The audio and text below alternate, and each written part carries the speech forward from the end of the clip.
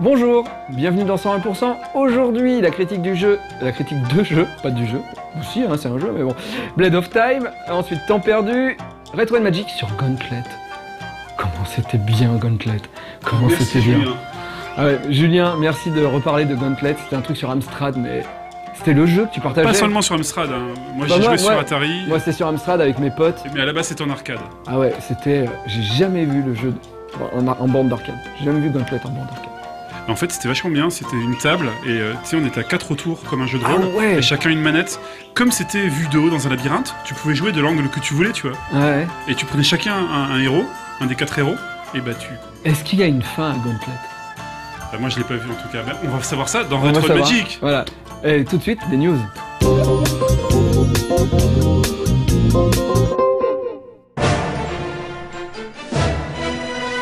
Nous sommes à quelques semaines de la sortie de Kid Icarus Uprising, et voici la version longue de son précédent trailer, où l'on peut apercevoir quelques boss remis au goût du jour, comme Twin Belos, Hudro et Pandora.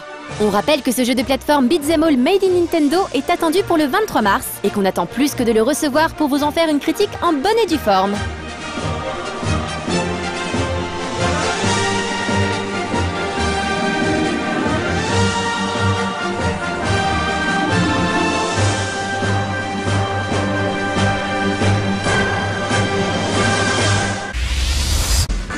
On vous l'annonçait il y a quelques temps et ça y est, le premier des 15 épisodes de Shaun le Mouton est enfin disponible sur 3DS. Pour pouvoir le visionner, il vous suffit de télécharger le logiciel Nintendo Video afin de le recevoir via Spotpass et ce gratuitement.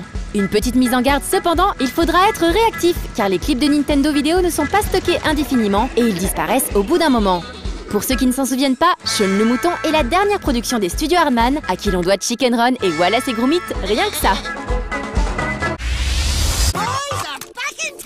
Disponible à petit prix dans la collection Classics HD, The Jak and Daxter Trilogy vient de sortir en boîte aux environs de 40 € et peut être également téléchargé sur le Sony Entertainment Network, que ce soit d'un bloc ou à l'unité. Comme son nom l'indique clairement, il s'agit de la trilogie Naughty Dog, qui comprend donc Jak and Daxter The Precursor Legacy, Jak 2 et Jak 3. Des titres sortis respectivement en 2001, 2003 et 2004. Le calamiteux et honteux Jak and Daxter The Lost Frontier, sorti sur PS2 en 2009 et développé par High Impact Games, ne fait pas partie du lot. Personne ne s'en plaindra. Cette fabuleuse série appartient au grand classique de la PS2 et acheva de faire du studio Naughty Dog une référence. Après avoir brillé sur PS1 avec les Crash Bandicoot, pour aujourd'hui enchanter les possesseurs de PS3 avec la saga Uncharted, Naughty Dog fait partie des rares studios à avoir su s'approprier les 3 générations de consoles Sony. Jak and Daxter fut ainsi l'un des jeux étalons de la PS2 techniquement parlant. Pour ne prendre qu'un exemple, les niveaux s'affichaient en seamless loading, c'est-à-dire sans écran de chargement. Et encore aujourd'hui, lorsque l'on ressort Jak 2 sur PS2, on ne peut que s'étonner de sa fluidité et de sa qualité graphique. Mais cette série fut également celle qui vit éclore le talent de Naughty Dog en termes de narration. Les personnages de Jak and Daxter sont hilarants, les dialogues très bien écrits et les cinématiques du jeu s'apprécient comme autant de petits cartoons. La saga a également su évoluer avec son temps. Jak 2, encore lui, proposait ainsi une orientation plus action, un personnage plus sombre et un contexte open world très différent du premier. Ce brusque revirement ne fut pas du goût de tous les joueurs, mais au final, le jeu était une perle. Le 3, lui, est déjà plus critiquable, même s'il s'avère une nouvelle fois bourré d'idées. Une grande trilogie donc, que l'on peut aujourd'hui redécouvrir en 720p, en 3D stéréoscopique pour les joueurs équipés, avec des animations plus fluides et les trophées PS3 qui vont bien. Si vous ne connaissez pas ces buddy games, foncez!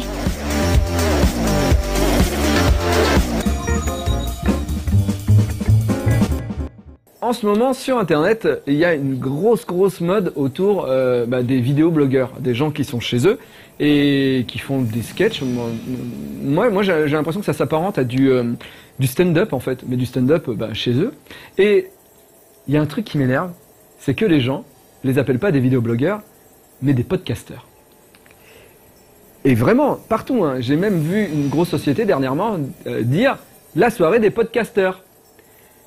Et non, c'est pas des podcasteurs. Pourquoi? Parce qu'un podcast, c'est une émission, un sketch, pourquoi pas, hein, ou une émission sur l'histoire, ou une émission radio, hein, où il n'y a pas d'image, que tu peux télécharger sur ton appareil lecteur MP3, ou je ne sais pas, sur ton téléphone, smartphone, etc. D'ailleurs, il y a un indice dans le mot, ça commence par pod. Hein. Et ça commence par pod. Donc, à la base, voilà, c'est pas forcément un sketch vidéo. Et donc, ces mecs, leurs vidéos, on les voit où? Sur Tube, ou sur Motion. D'accord? Et on peut pas les télécharger. Non. C'est pas des podcasters. Voilà. Donc, on dit des vidéoblogueurs. Et on regarde la critique, non pas du tout, oui la critique du jeu, Blade of Time. C'était très dur, hein, je suis pas un bon animateur.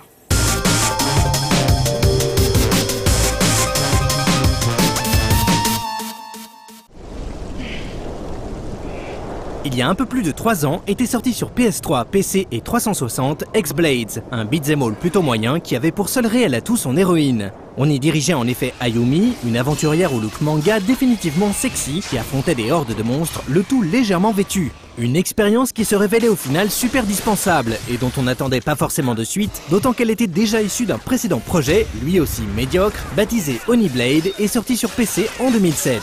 Pourtant, voilà que Blades of Time se pointe, développé par le même studio, Gaijin Entertainment, et mettant une nouvelle fois en scène la jeune Ayumi. Blades of Time n'est toutefois pas une suite directe à X-Blades, mais plutôt une suite spirituelle qui, même si elle conserve le genre beat'em all, change une bonne partie des idées comprises dans le game system. Et le changement ne s'arrête pas là, puisqu'on retrouve une Ayumi au style beaucoup plus occidental. Un choix que l'on appréciera ou non, qui indique clairement une volonté de plaire à un plus large public. Mais nous verrons dans cette critique que des changements dans la direction artistique et dans les mécaniques de jeu ne suffisent parfois pas à obtenir quelque chose de satisfaisant, loin de là.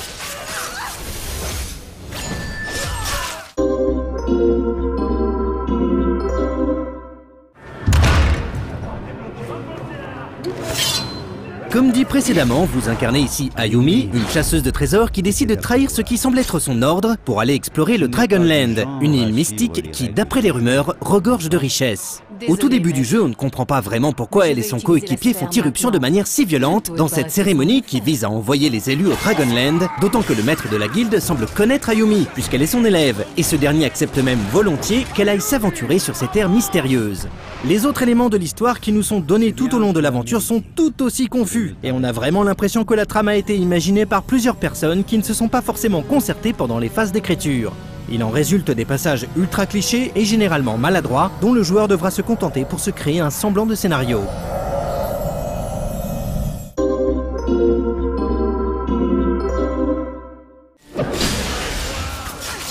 D'une manière générale, Blades of Time est un beat'em all qui vous amène à défaire des hordes d'ennemis dans des environnements vastes et plutôt variés, avec tout de même une petite dimension puzzle, histoire de rendre l'ensemble un peu moins décérébré.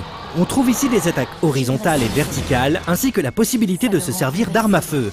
Une combinaison que l'on retrouve dans pas mal de beat'em all, sauf qu'ici, les phases de tir placent la caméra juste derrière le personnage, ce qui rend les actions beaucoup moins fluides et le mélange des attaques juste impossible, contrairement à un Devil May Cry par exemple. On trouve également des magies, principalement élémentaires, qui peuvent être balancées une fois que vous avez effectué suffisamment d'attaques, le tout étant symbolisé par les icônes visibles sous la barre de vie en haut à gauche de l'écran. On reste donc dans du classique, mais on relève toutefois cette particularité qui, sur le papier, a effectivement de quoi séduire, le retour dans le temps. Mais un retour dans le temps différent de ce à quoi certains Prince of Persia nous ont habitués. Ici, il est plutôt question de retourner dans le temps afin de créer un ou plusieurs clones temporels pour vous aider en combat. Ces mêmes clones vous sont également utiles lors de certaines phases de puzzle, mais il faut avouer que ce principe est sous-exploité, voire exploité super maladroitement.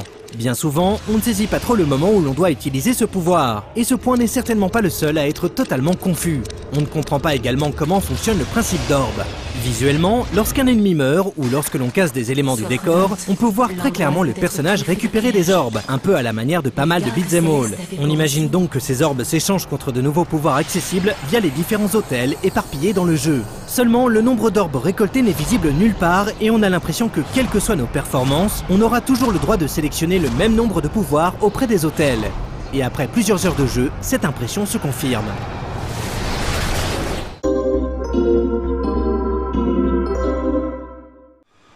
Michel, tu sais très bien que ton plan ne vaut rien. Tue-la! Et si... Tue-la! Vite! Malgré ses atouts visuels et techniques plutôt respectables, Blades of Time est un très mauvais jeu. L'histoire est anecdotique et même déstabilisante lorsqu'on essaie de la suivre. Et les idées comprises dans le game system ne fonctionnent pas du tout, même si certaines d'entre elles étaient bonnes sur le papier. L'ensemble est tellement confus qu'on a l'impression que personne n'a réellement validé ni supervisé le projet d'une manière générale. Le manque de rigueur va jusqu'au traitement du son lorsque l'on se rend compte que le jeu switch de manière aléatoire entre les voix françaises et anglaises. Bref, Blades of Time n'est clairement pas ce qu'a fait de mieux Gaijin Entertainment, et on prendra un soin tout particulier à l'esquiver et à le déconseiller aux personnes qui comptent pour nous. J'ai déjà entendu ce discours. Il promet la guerre et la destruction.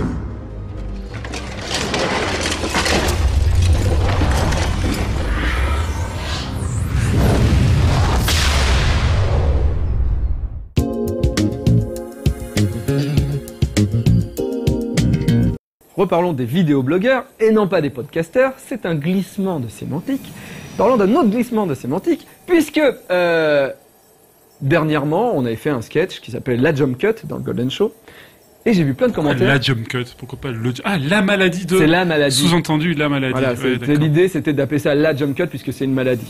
Voilà. Mais à la base, c'est le montage, c'est le Jump Cut. Alors, qu'est-ce que le Jump Cut? C'est lorsqu'on fait une coupe, on a un cadre fixe. Voilà, là par exemple, on va vous montrer par exemple. Voilà. Bonjour, je suis Davy et j'anime 101%. Voilà, donc vous avez vu, hein, le cadre n'a pas bougé, j'ai juste un peu changé de place, on a coupé au milieu, c'est ça un jump cut. Voilà. Donc ce qui était considéré comme une erreur, dans tous les cours de cinéma qu'on te donne, c'est une erreur, normalement, c'est un faux raccord. Tout à fait. Mais c'est utilisé de plus en plus comme un effet pour dynamiser. Pour dynamiser, voilà. Souvent les émissions. C'est souvent des émissions d'actu ou de choses comme ça pour dynamiser, ça aide. C'est très 2000. Tout à fait. Ça s'est pas mal démocratisé.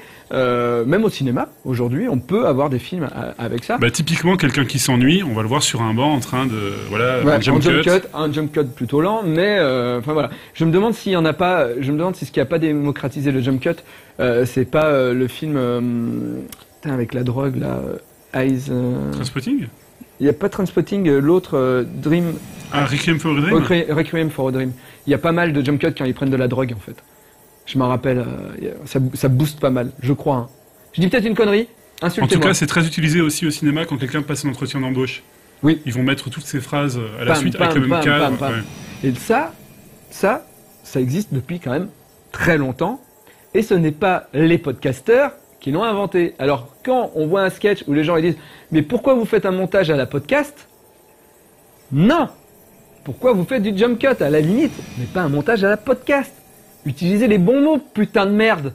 Excusez-moi. Ça m'énerve. Ça m'énerve. Car les mecs, ils savent pas de quoi ils parlent et qui viennent te faire chier chez toi en disant « Mais pourquoi tu fais clair comme ça ?» Mais c'est pas ça. Tu sais pas. Tais-toi. Voilà. Mais t'es très agacé là, Davy. Qu'est-ce qui se passe? Je le surjoue un petit peu. Non, mais merde. C'est vrai qu'Internet laisse la parole à tout le monde, mais quand on parle, il faut un minimum savoir de quoi on parle, quoi. Putain. Regarde... Non, quand t'es pas responsable, tu t'en fous. Oui, bien sûr. Puis de toute façon, le mec, on va pas venir chez toi. Enfin, bon, bref. De toute façon, je vais pas aller chez le mec qui me Il y en a qui vont chez les gens et ils s'en foutent. On en parlera peut-être on en parlera jeudi, Alex, mais tout de suite, c'est temps perdu.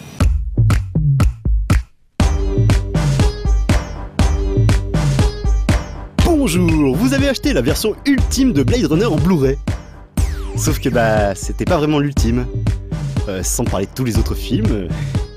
Mais alors que faire durant vos heures supplémentaires? Bienvenue au temps perdu. Les transitions... Ah merde, attends. Les transitions, disais-je, sans déconner, j'ai vraiment écrit avec les pieds aujourd'hui. Attends. Les transitions, c'est pas facile. Comme être un porc. Non, ça se dit pas ça. Attends, je suis désolé Nicolas. Attends. Comme être un cochon qui tire sur d'autres cochons.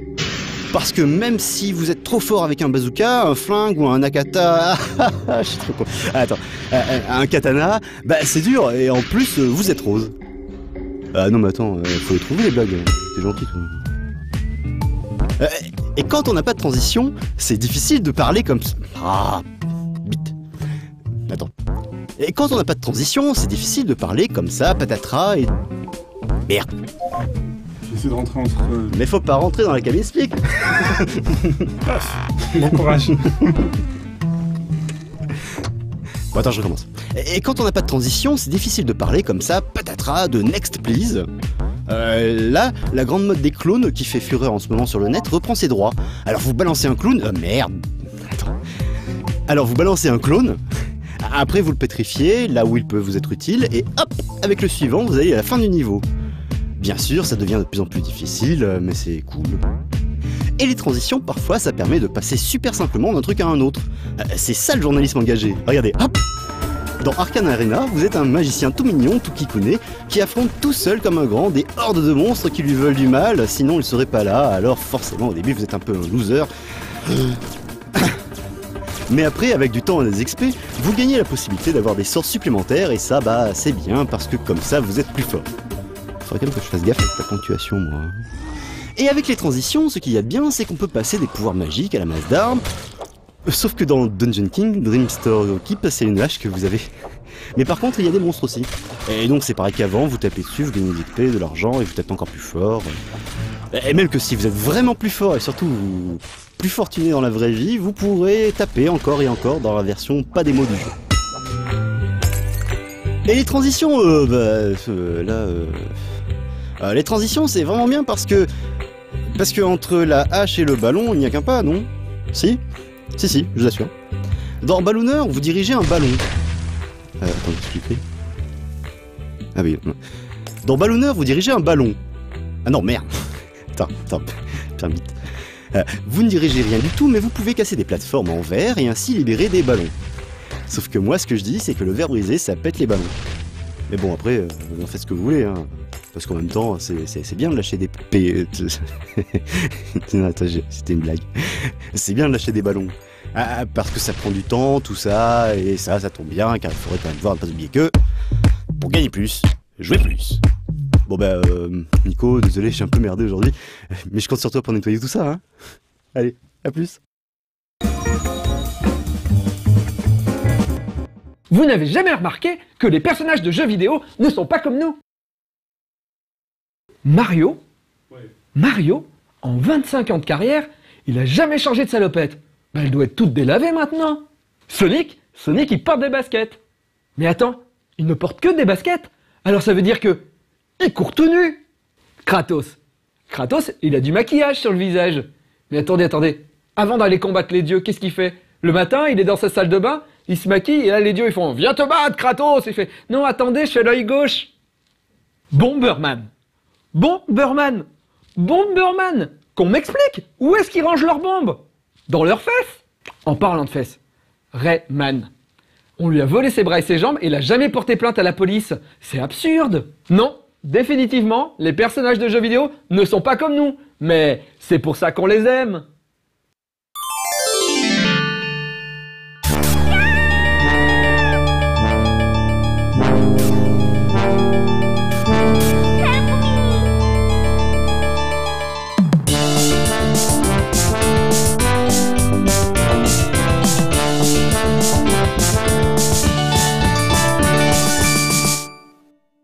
Gauntlet fait partie des grands classiques de l'arcade des années 80. Créé par Ed Logg, game designer à l'origine d'autres jeux de légende tels que Asteroids ou Centipede, Gauntlet s'inspire de la formule initiée par Dandy, un jeu publié 2 ans plus tôt sur Atari 8 bits.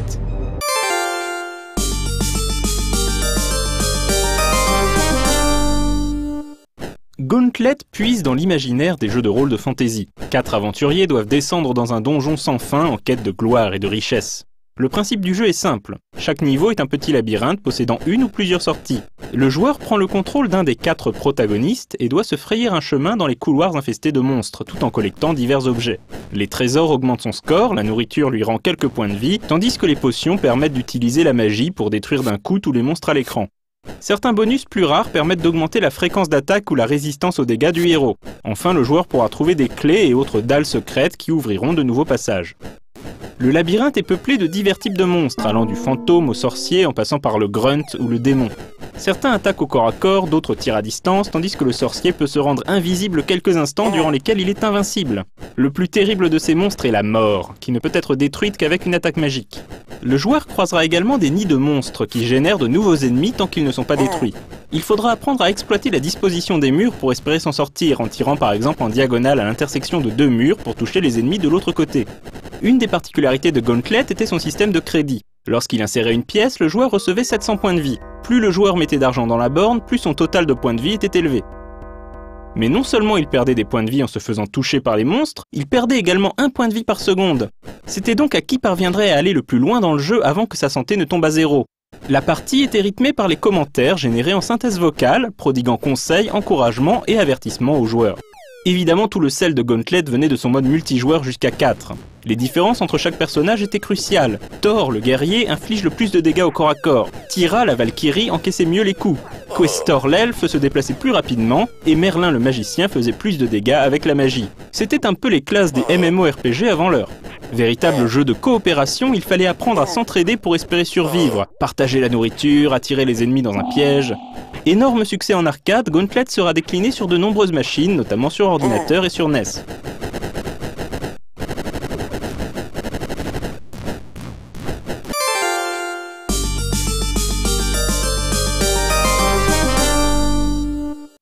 Un an plus tard, Ed Logg et son équipe réalisent Gauntlet 2 qui affine le concept de l'original. Le gameplay n'a pas franchement changé, mais de nouveaux traquenards viennent apporter davantage de diversité aux niveaux explorés. Il faudra donc faire attention aux flaques d'acide mouvantes, aux pièges étourdissants pouvant immobiliser le personnage pendant quelques précieuses secondes, ou se frayer un chemin dans des niveaux où les murs sont invisibles. Quelques nouveaux ennemis sont également de la partie, comme un énorme dragon ou la chose. Si la chose touche un des héros, elle le contaminera, ce qui aura pour effet d'attirer tous les monstres vers lui. Seul moyen de se débarrasser de la malédiction, toucher un des autres joueurs. En multijoueur, il est désormais possible à plusieurs joueurs de choisir le même personnage qui sera alors différencié par sa couleur. Gauntlet 2 ne rencontrera pas autant de succès que la borne originale, sans doute en raison de leur sortie très proche et du manque de différence visuelle entre les deux jeux.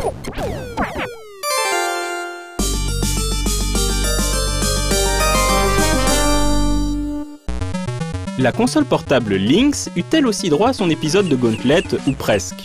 En effet, ce jeu développé par Epyx avant son association avec Atari aurait dû porter le nom Time Quest and Treasure Chest. Il ne s'agissait ni plus ni moins que d'un clone de Gauntlet. Lorsqu'Epyx et Atari décidèrent de s'associer pour fabriquer la console, le clone devint un titre Gauntlet officiel. Le jeu n'est malheureusement pas terrible et vaut surtout pour ses classes de personnages étranges, comme le nerd, la star punk rock ou le pirate. C'est aussi l'un des rares jeux à utiliser le mode vertical de la Lynx.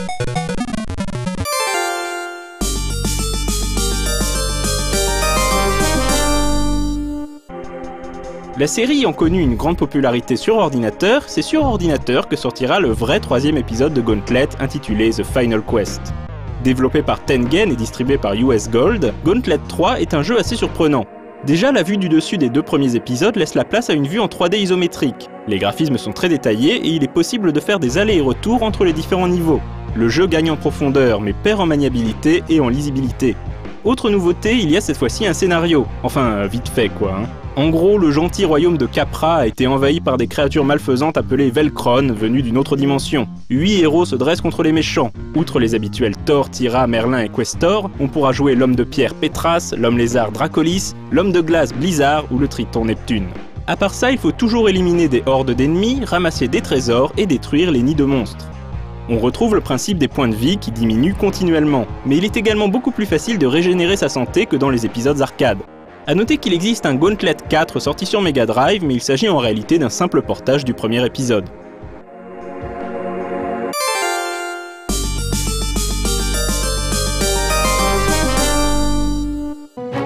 Sept ans après la quête finale, qui ne l'était donc pas tant que ça, Atari Games accouche de son ultime épisode intitulé Gauntlet Legends. Le jeu propose toujours des niveaux labyrinthiques, des générateurs de monstres, des potions clés et autres items à collecter, mais avec cette fois-ci des graphismes en 3D. On a toujours le choix entre 4 personnages répartis dans les 4 catégories habituelles. Ceux qui tapent fort, ceux qui tirent, ceux qui encaissent les coups et ceux qui lancent des sorts.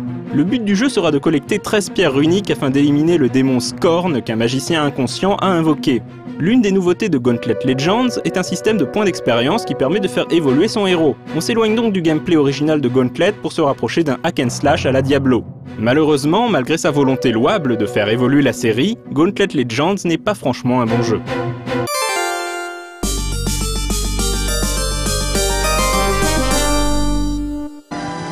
Le développeur Monolith Software, plus connu pour ses FPS comme Blood, Shogo, No One Lives Forever ou Fear, a rendu hommage au premier Gauntlet en 1999 avec l'excellent Get Medieval sur PC. Doté d'un gameplay très proche, Get Medieval propose le même type d'expérience. Vue du dessus, multijoueur à 4 et 4 classes de personnages archétypales, la guerrière, le barbare, l'elfe et la magicienne. Nos 4 larrons doivent aller dans un sombre donjon pour oxyre un méchant dragon qui a incinéré quelques villages. La routine habituelle en somme. Dommage, pauvre village.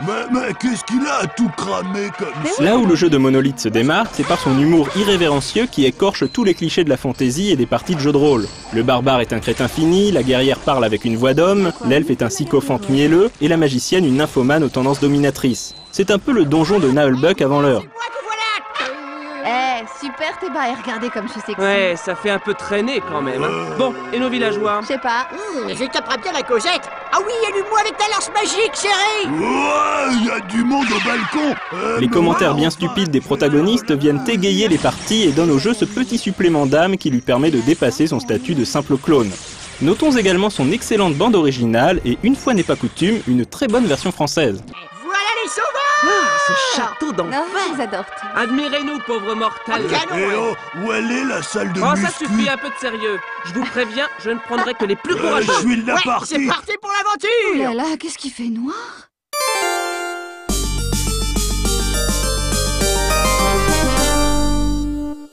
Entre-temps, Atari Games a été racheté par Midway, qui récupère donc la licence Gauntlet et produira 2 autres épisodes pour console de salon. Gauntlet Dark Legacy en 2000 et Gauntlet Seven Sorrows en 2005. Un épisode DS a également été annoncé en 2008, mais semble avoir depuis disparu dans les limbes du Development Hell. Peut-être a-t-il croisé la mort sans avoir de potion magique à portée de main.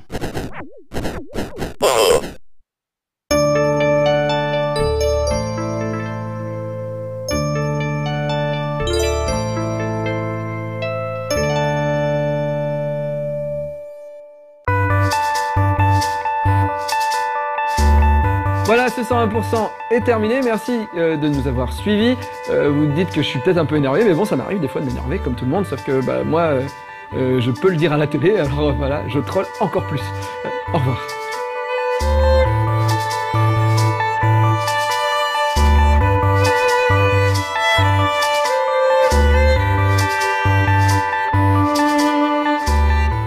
Non mais Davy, moi aussi, il y a des trucs qui m'énervent.